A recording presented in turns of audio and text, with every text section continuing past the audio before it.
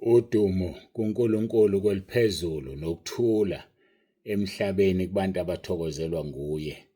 UJesu Kristu inkosi. Siyambonga uNkulunkulu wethu kakhulu, siyamdumisa bangcwele, akekho njengaye, akekho ofana naye. Siyambonga ngosuku lwethu asinikeze lona, usuku lwanamhlanje. UnguNkulunkulu ezulwini, uNkulunkulu emhlabeni, uNkulunkulu ezinzulwini zonke. Siphuma-ke kwimpela sonto ebengibhizi ngendlela emangalisayo kuyo, kodwa-ke konke kwahamba ngendlela enhle kakhulu. Ngiyambonga uNkulunkulu, ngiyayibonga inkosi uJesu engigibele, ngiyambonga umoya ongcwele ohlezi kumina, ngoba konke kusebenzelana kube ngokuhle. Yabe ngibhizi kakhulu ngoMgqibelo, sinomhlangano nabefundisi. Izolo ngesonto bengibhizi kakhulu kwinkonzo ebeyinde, inkonzo yombhabhadiso. Ngiyajima-ke, ngijimela umbhabhadiso esizoba nawo ngephasika. Ngethemba ukuthi nizwile nonke nina enisemabhrentshini. Angiyibeke icace nje la ekhaya lezwi ukuthi ku-wrong ukuthi umuntu engavumile izono zakhe, engabhabhadisiwe, amele abantu. Ku-wrong lokho.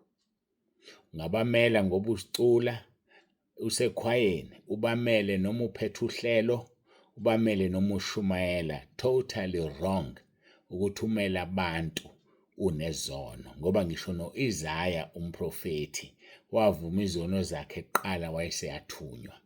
NoPawulu wavuma izono zakhe kuqala inkosi uJesu yasiyamthuma emva kokuba ade imshaye ngonyazi. So akekho umuntu ozoma ebrentshini yasentabeni engavumile izono zakhe futhi engabhabhadisiwe. Ngakho-ke bonke abantu abasemakhwayeni, abadumisi, abavumisi, abashumayelayo, abaphatha uhlelo, ngikhulume nabaphathi babo, abefundisi, bangilethele leyo list ngoba kufanele ngidile nabo labo bantu, bangcweliswe, sihlanze ibandla ukuba lihlanzeke libe ngcwele. Ungamelwa umuntu ongavuma izono kodwa wena uzivumile. Ungamelwa umuntu wena ubhabhadisiwe wena akabhabhadisiwe. Futhi simele umuntu owembethe ingubo zasesihogweni. So-ke silungisa leyo nto-ke, ngibhizi ngendlela emangalisayo kuze kushaya iphasika bafowethu, ngibhizi. So onke ama-messages akhona azodileya ngendlela emangalisayo. Ngiyafisa sikwazi lokho ngoba ney'nkonzo zikhona okufanele ngibuye ngizilungisele. Sengingakubeka nje kube imbaba ukuthi sekumile uLesihlanu, uMgqibelo nesonto, no messages. So kuyinto ekhona nje leyo.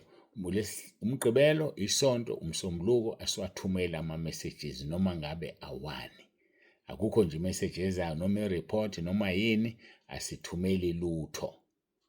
Ngiyethemba-ke sizoyizwa leyo nto, siyibambe, sifundisane nabantu abafakayo, umtshele umuntu umfaka ukuthi ngoMgqibelo nangoLesihlanu nangesonto akuthunyelwa lutho ekhaya lethu. Umthetho nje kosumile manje ngoba ngixakeke ngendlela emangalisayo.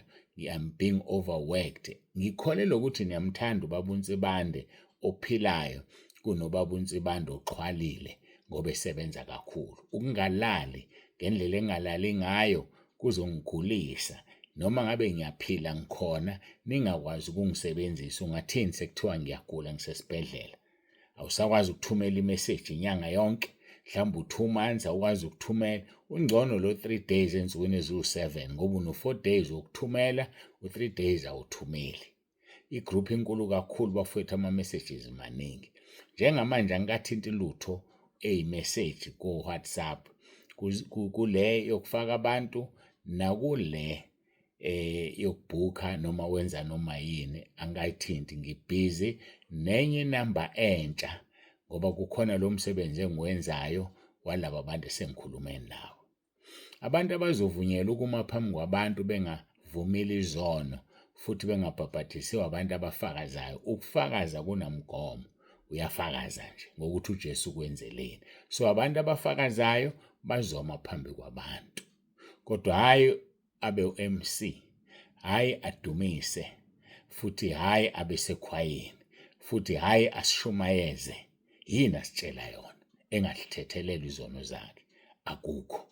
So-ke ngiyacela-ke bazalwane, ngiyacela kuthiwa lithi abanye bebengayaze baze babhukhe, ngisho ukubhukha nje vele waveza ubuso umuntu wangenisa ekhwayeni, angabhukhile, akashiye lutho wasentabeni, akasho lutho nje. Angazi mina ukuthi bekwenze njani emabhrentshini, khona amabhrentshi nje avele afake umuntu nje eveza ubuso. Hawu, umuntu aveza ubuso nje usefakwe ekhwayeni, wenzeni? Efika nje, ayihlazo leli. Kahleni bafowethu, asisuphatha ibandla ngathi ispaza shop, akusona ispaza shop lesi. Ya, akusona ispaza shop, ibandla lenkosi uJesu walithenga ngegazi lakhe, kufanele litreatwe ngaleyo ndlela. Kwafa indoda ifela leli bandla. So akuzuba indawo yokuphuma umuntu engena nje, umuntu enze noma kanjani, hayi asisebenzi kanjalo. Ngiyabonga-ke, bengidlula nje lapho, ngibhizi-ke ngendlela emangalisayo ngoba kufanele ngibhekane nala, engaphazamiseki ama-appointments enu enikade nabhuka, kodwa kufanele ngibhekane nalaba ngoba umsebenzi wabo uyaphuthuma, bangaqhubeki basenzela izinto bengahlanzekile. Yebo, ngoba udaba lwabo selukumina namagama abakumina, bazoqhubeka-ke bazenze izinto ngoba selukumina, kodwa kufanele ngephasika ngibe ngiqedile ngabo. So-ke ngi-under pressure ngendlela emangalisayo. Asidluleke lapho siyezwini lanamhlanje, senkonzweni yanamhlanje, sishintsha isihloko, siyaphuma kumahubo 15. Ngigcine ngevidiyo engikholwa ukuthi wayizwa. Ividiyo ngangiseMpumalanga, eHammersdale. Ngicabanga ukuthi nge-first day yaseMpumalanga. Ngiyacabanga, angisakhumbuli. Ongidonsele yona enkonzweni owazi kahle. Inkonzo leya yonke wayesedonsa nje leya phathi yamahubo 15. Njengoba uza ukuthi ngathi ngiyadlula nje. Hey, ngiyadlula, ngadlula kwadluleka. Hhayi-ke ngithemba nayithokozela kakhulu. Isi-summarize amahubo 15 from verse 1 to verse 5. Ayasummarizeka onke lapha. Yonke lento ebesilalela kuwonke lamaviki, angazoma inyanga ezimbili noma ezintathu sikhuluma ngaleli hubo, kuthi angithi inyanga ezimbili. Siyambonga uNkulunkulu. Ake siguqe sithandaze, sibhekane nesimo esiphambi kwethu nenkonzo ephambi kwethu manje. uNkulunkulu abe nabo akubusise. Ubaba uNsibanda uyakuthanda, uyakubingelela. uJesu Kristu inkosi.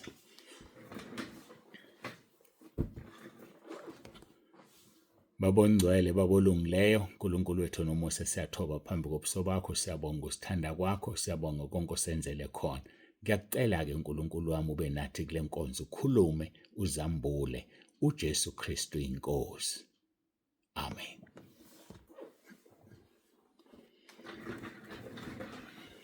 Bazalwane, muhle uJesu wethu, siyamthanda. Ngicela sifunde kuMarko chapter 11, sofunda ivesi elilodwa nje, uverse 24.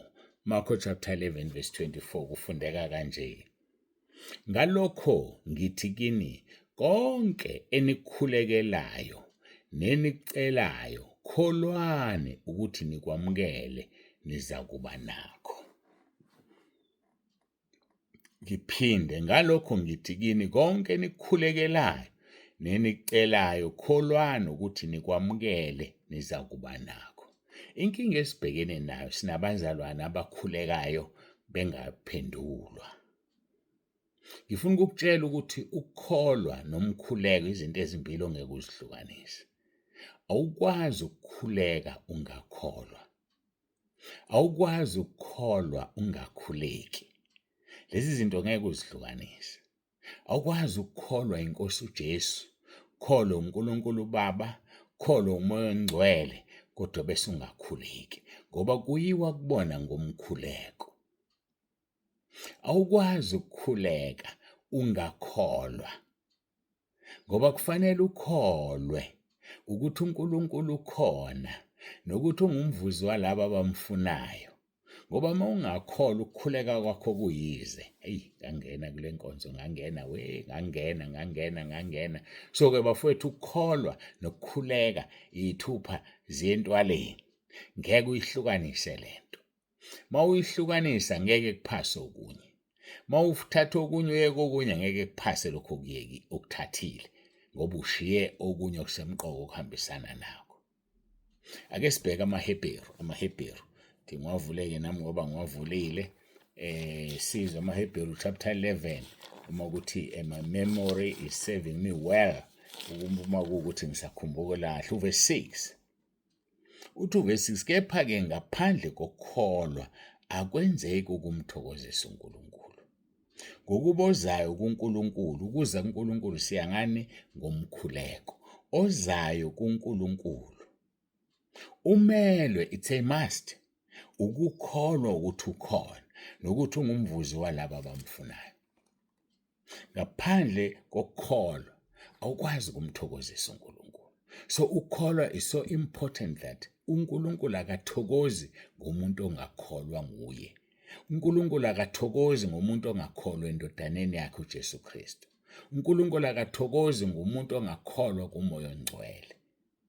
Ngakho-ke ozayo kuNkulunkulu siya ngomkhuleko kuye ngoba sisela emhlabeni. So ozayo kuNkulunkulu kumelwe impoqo ukuthi akholwe ukuthi ukhona. So mawungakholwa ukuthi uNkulunkulu ukhona ngeke ukusize ukukhuleka kwakho.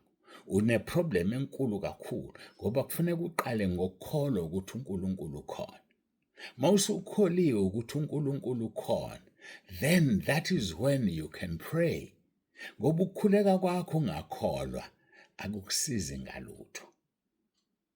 Mawuya kwivesanyana elingenhla ngicabanga ukuthi yilo leli elisho ukuthi namadimoni akholwa athuthumele no akusilona leli ekaJakobe esho njalo elithi kubuza ukuthi uyakholwa na?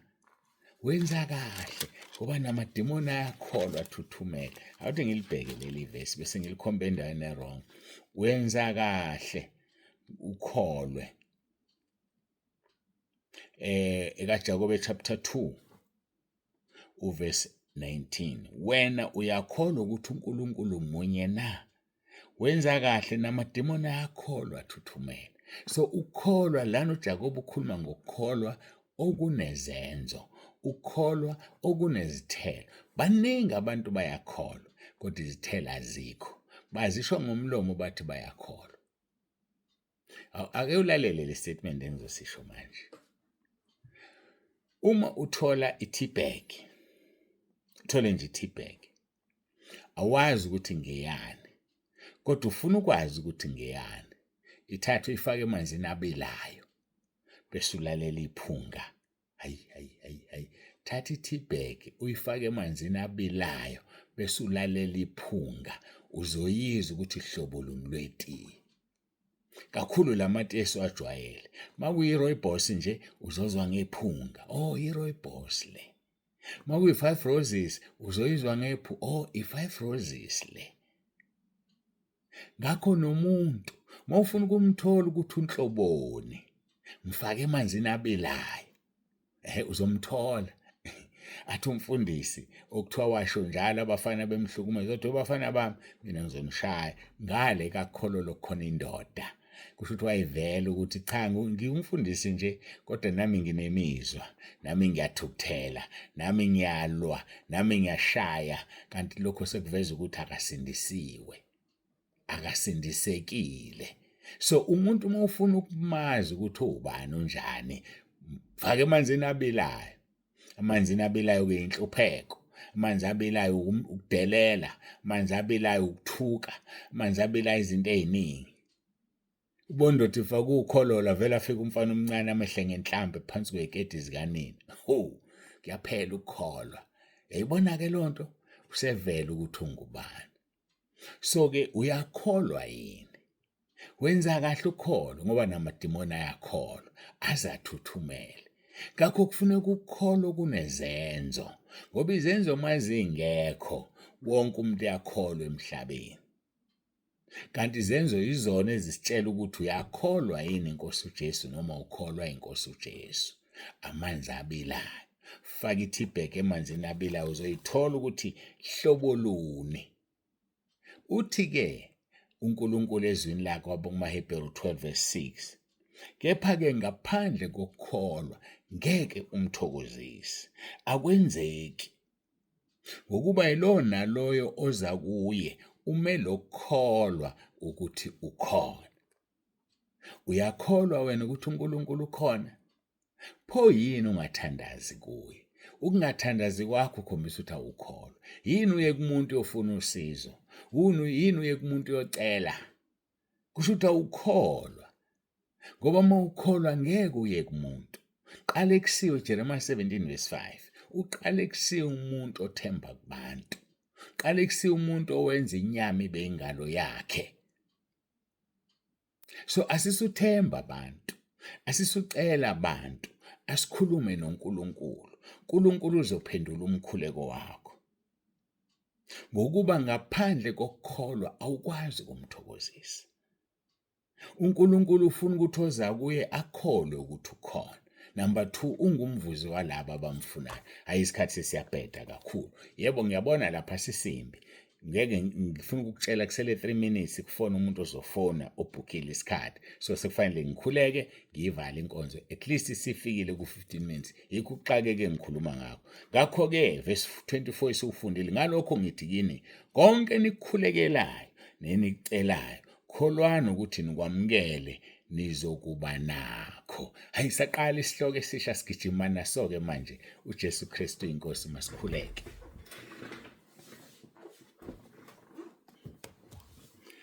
Baba egameni likaJesu siyabonga. Siyabonga Nkosi. Basha abafundi bathi Nkosi yandisa ukukholwa kwethu. Luka chapter 17 mangaphazama uverse 5. Namanje isicela lokho Nkosi yandisa ukukholwa kwethu kuze masikhuleka siphendulwe. Dumo lonke silinikeza wena lukufanele lungo lwakho. Busisa ilona loyo ilalele lenkonzo izwi alenze. uJesu Kristu inkosi. Amen. Siyambonga kakhulu kuNkulunkulu bangcwele siyamdumisa. Hayi sangena esihlokweni esisha. Ngisizwa sishisa-ke mina siqala nje. Angazi uqhubeka kanjani. Baba uNsibani uyavalelisa uthi ngiyakuthanda lapho khona lalela inkonzo wenza izwi likaNkulunkulu. uJesu Kristu inkosi. uJesu Kristu inkosi. Nawe isho njengoba ngisho, musukusho ukuthi uyabusa. Thana uJesu Kristu inkosi. Base Philip chapter 2 verse 11. Philippians chapter 2 verse 11.